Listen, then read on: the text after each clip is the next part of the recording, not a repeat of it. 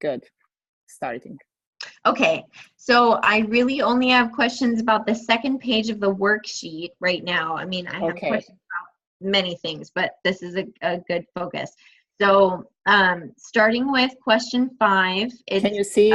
I'm sharing the worksheet. Yes, perfect. Okay, perfect. Let's see actually. So okay. It's the second page. Second page, okay. Yes, awesome. So for the answer for question 5, I put stars of higher mass has higher core temperature and therefore a more rapid fusion. Yes, very good. Okay. Yes. So once again, that's the hydrostatic equilibrium that we were talking about. If there is like more mass on top of the core, so more massive stars, there is basically then more pressure on the core. And we can relate that. That's kind of a diving, like, deeper and deeper and deeper in the ocean. So if you go deeper and deeper, there is like more water above you. There is more mass, and that creates higher pressure. So in the star, it's the same. If there is more mass on top of the core, there will be higher pressure in that core, and that means higher temperature. Now, the fusion rate is very, very sensitive to temperature. And so if the temperature is higher, the fusion goes like, much higher. Like, I think the ratio is like 10 times the temperature higher, 1,000 times faster the nuclear fusion rate. Oh my God, okay. Yeah. So that's the reason for that. Okay, great answer to question 5. Okay, perfect. So we said 10,000 fusion rate. Okay, so I'm glad that I kind of got that, because part of me was thinking that the fusion rate stays the same, but then just the mass gives more kind of logs on the fire.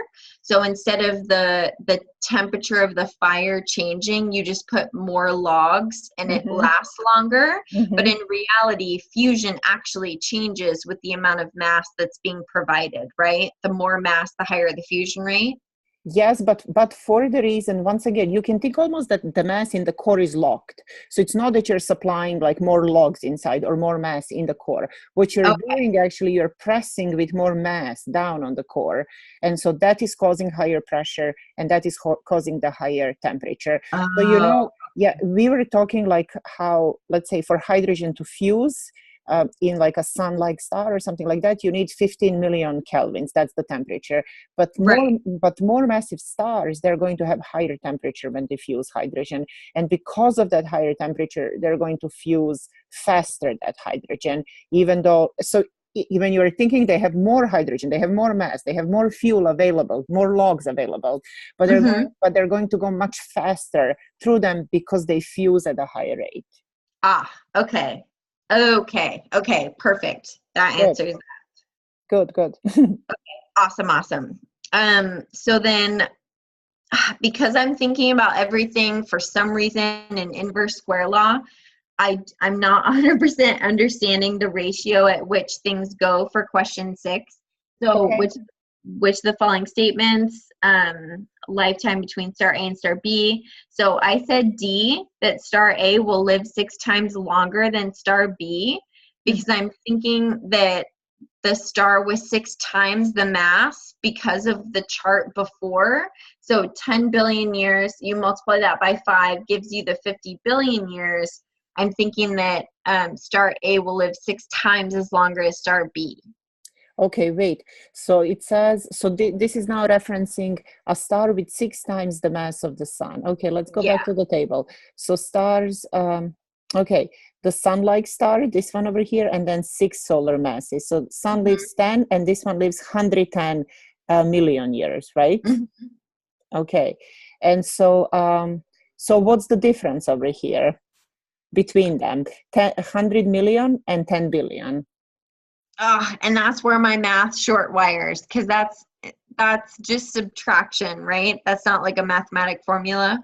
No, it is actually, you have to kind of compare them, right? So this star has 6 times more mass, or this one has 6 times less mass, so it's going to live more. How many times more? Like 100 times more. So you can think this is 110 million. This 1 billion is like 1,000 million, right?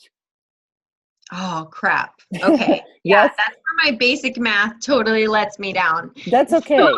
Yes. That's okay. So that's like, 1 billion is like 1,000 million, and then there are 10 of them, so 10,000. So this is like almost, if you want to look at this number, 10 billion, that's like 10,000 million. And then you have, and you have kind of 100 over here. So this you can see over here, right? Even though this star is like 6 times less massive, the sun, compared to this 6 solar masses, it's going to live actually 100 times more, right? Roughly, we are just like estimating.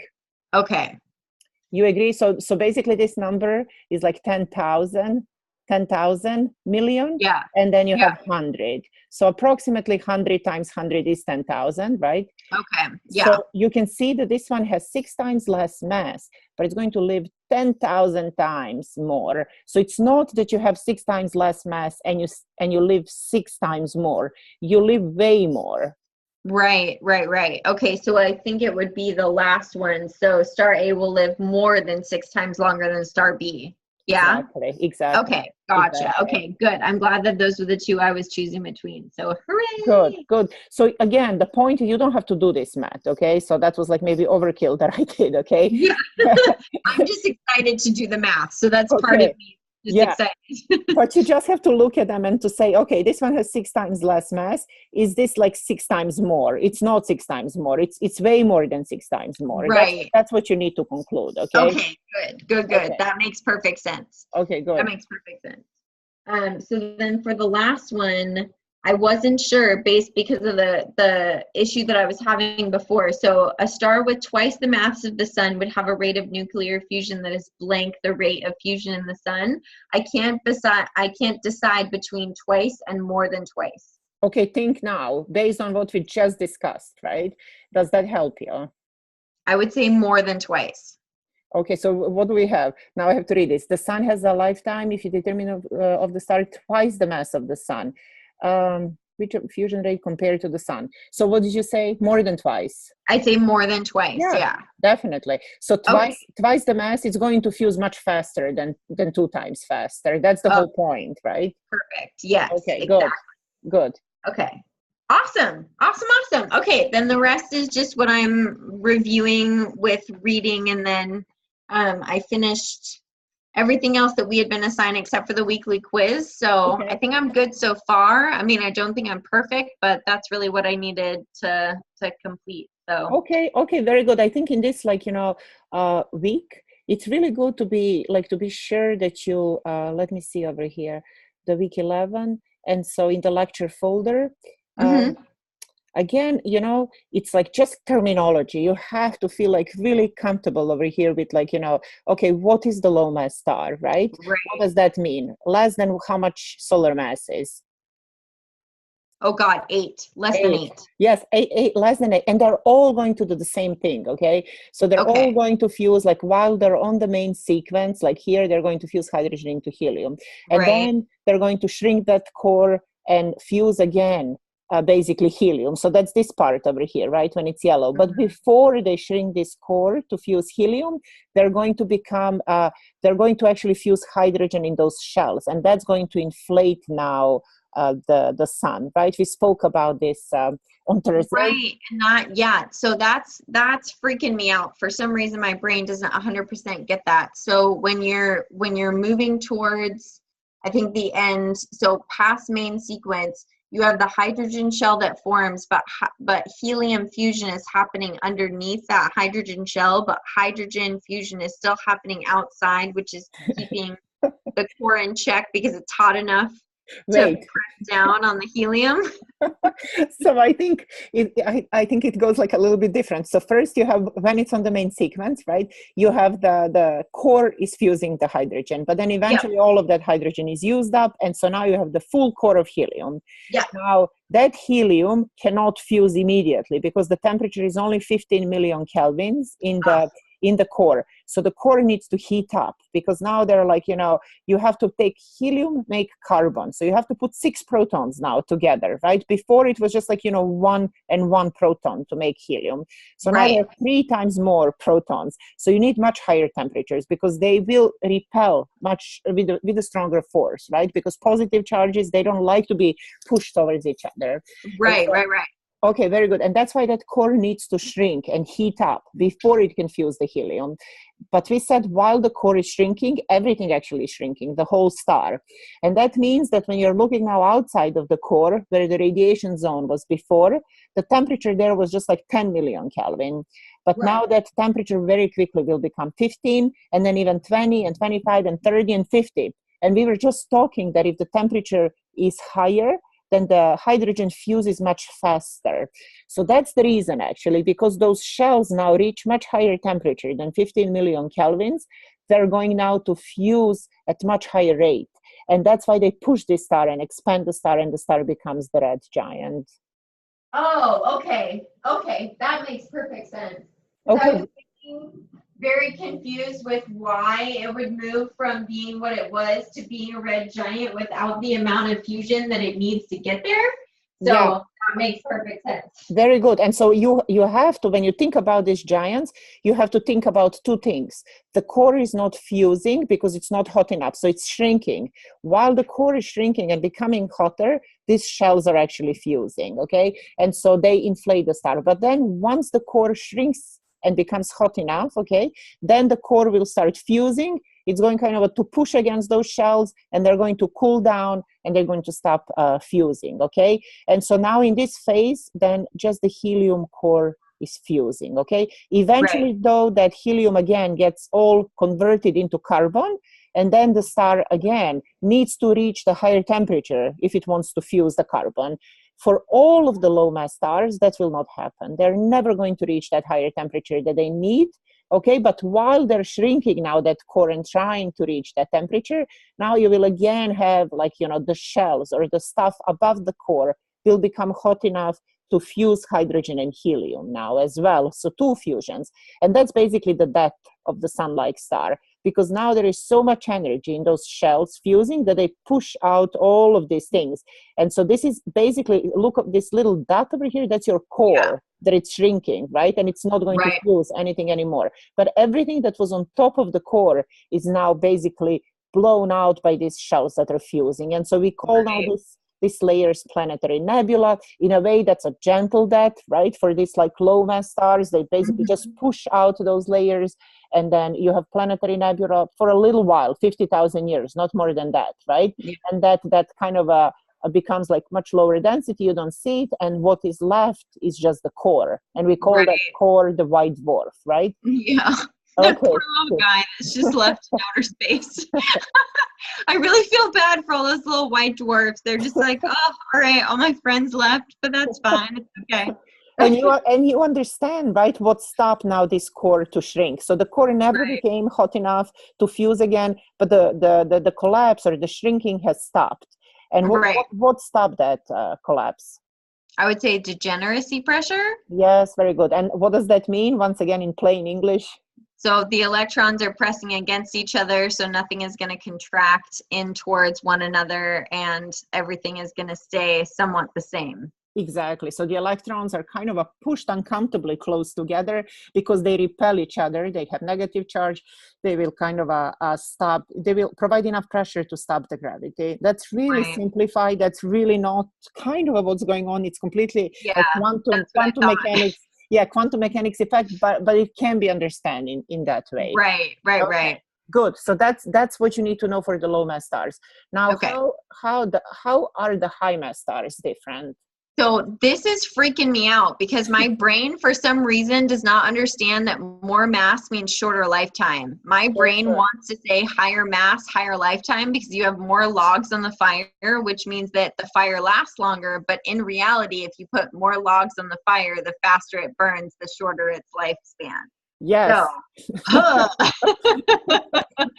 I want to believe that. Yeah. Sometimes physics doesn't make sense. Yeah. Exactly. So the higher the mass of a star, the shorter its lifetime, but the more luminous it's going to glow, because the higher the temperature, the larger the surface area. Well, no, okay, yes. The more mass, the larger the surface area. That makes sense, right? If you have like more logs, you get like a bigger pile. Right. But the point is, the higher luminosity is, again, because of that, like, fusion rate, that it's much higher in the core, right? And so fusion provides photons, right? The light, the energy. And when that energy comes to the surface, it's like radiated into the space, and that's basically luminosity, right? So it is that, like, more mass provides more extreme conditions in the core.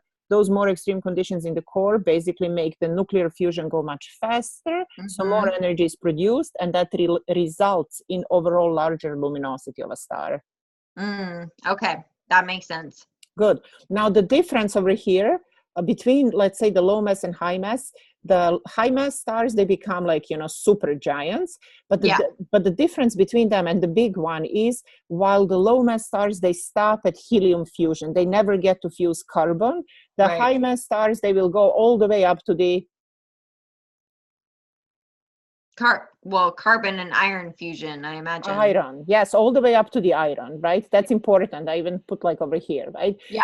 So nobody needs to know that. Even I don't know how those like fusions go, right? But it's basically, you can think in yourself, you have these alternating cycles of like core fusing, and then not fusing, but like shrinking to become hotter so that it can fuse to the next heavier elements. And that goes like that. I think in the lecture notes, I put like one slide that really shows you how fast these fusions go for like a 25 solar mass star. Anyways, the fusion goes all the way until you have like the iron in the core, and then the iron will not fuse, okay? And so then what happens, the gravity takes over, starts squeezing this, and electrons come uncomfortably close enough, but there is so much mass on top of that core that the gravity just keeps going, right? And so this is important picture over here. The electrons are kind of pushed towards the nucleus. Electrons and protons react, they form neutrons, and then a lot of neutrinos are emitted. I don't know if you came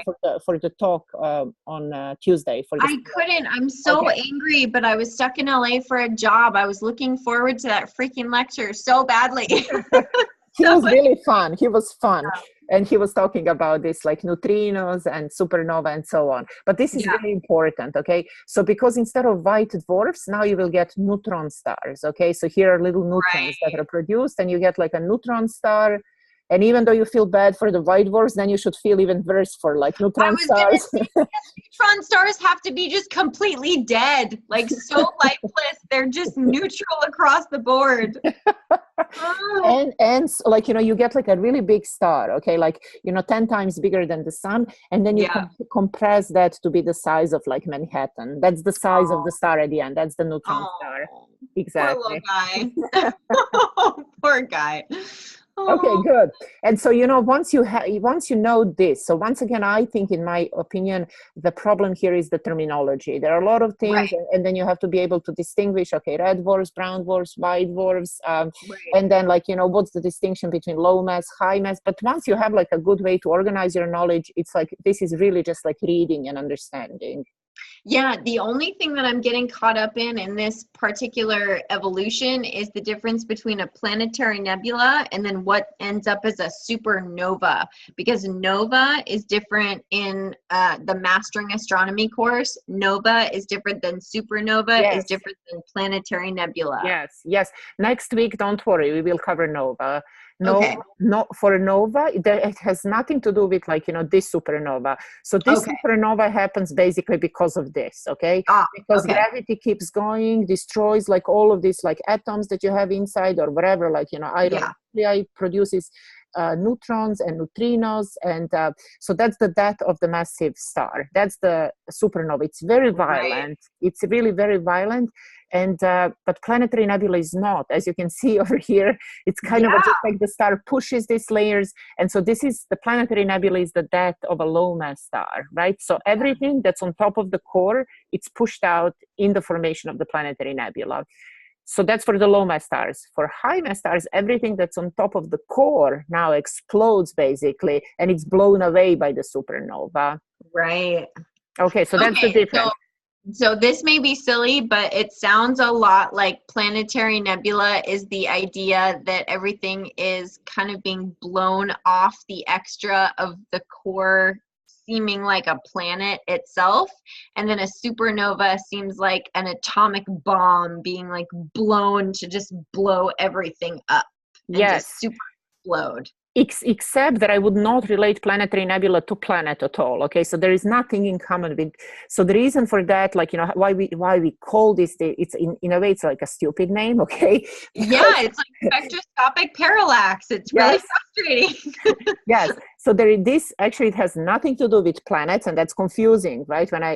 So this is only called planetary nebula, you know, because when like all the astronomers, okay, when they look through the telescopes, if they've seen some of these objects, they looked a little bit more extended than a star. So, you know, when you look at planets through telescope, they're bigger than just like a point of light. They have like a little bit more surface area to them. And so to all the astronomers, this looked like a planet.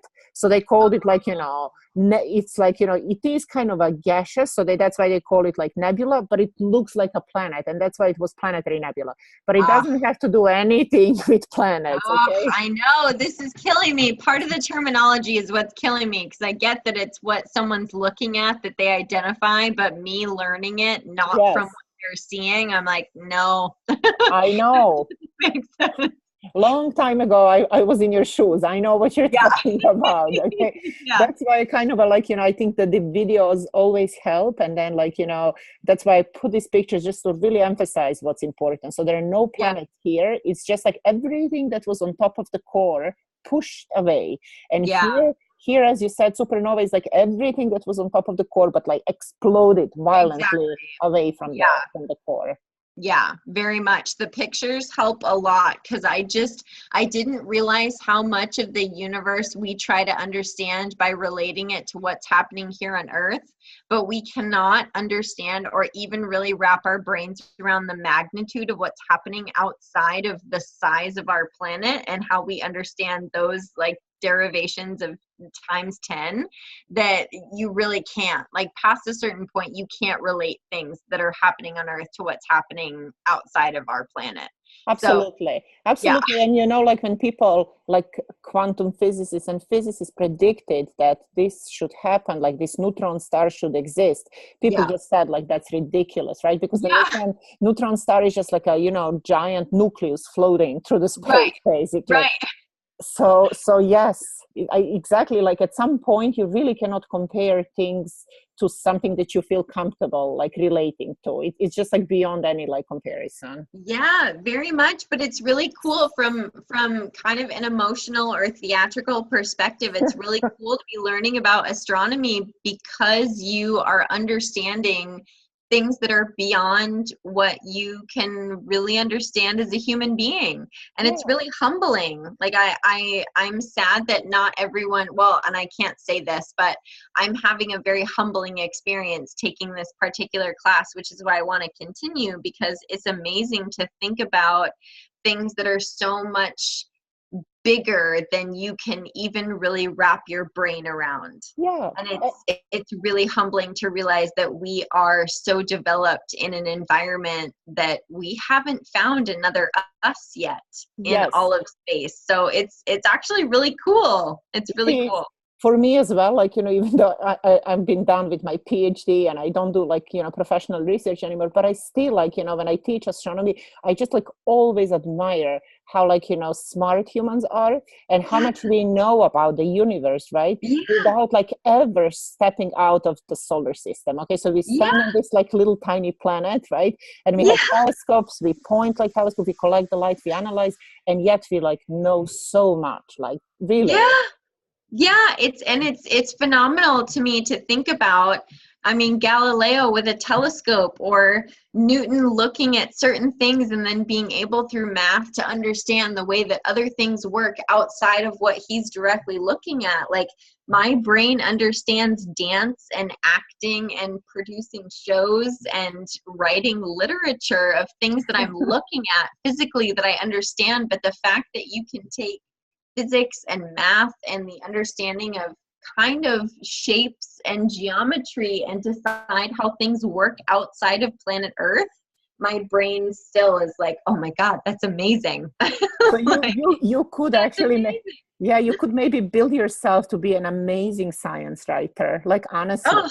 Like merging all those skills that you have. I think that would be like so fascinating. You know, it would be such a dream. It's the reason that I've fallen in love a lot lately with Richard Preston. He writes a lot. He wrote a book actually that I'm reading right now called The Edge of the Universe. And he studied and sat with a lot of NASA scientists and other people that were developing certain telescopes at the time. But he is telling such a beautiful story about what it is to be a day-to-day astronomer. And I'm really excited because I don't know if I'm as much excited about the research side of deciding or finding new things in outer space, but I want to tell people about what we're finding in outer space. Yeah. So I think I agree, it'd really cool to be a science writer. I think it'd be phenomenal. Okay, do you have like any other question? I do and I don't. I think I may end up coming to class on Tuesday or Thursday of this next week just to kind of talk to you a little bit more conceptually, but the rest of what we need to do right now is a little bit more, you know, straightforward as far as answers on a Scantron or on a list. So I don't really have anything right now, but I will 100% have things next week. So okay, perfect. Then I'll maybe see you on campus next week, and then Friday for the okay, most definitely. Thank you so much. I really appreciate it. Nice seeing you. You too. I'll talk to you later. Talk to you. Bye-bye. Bye-bye.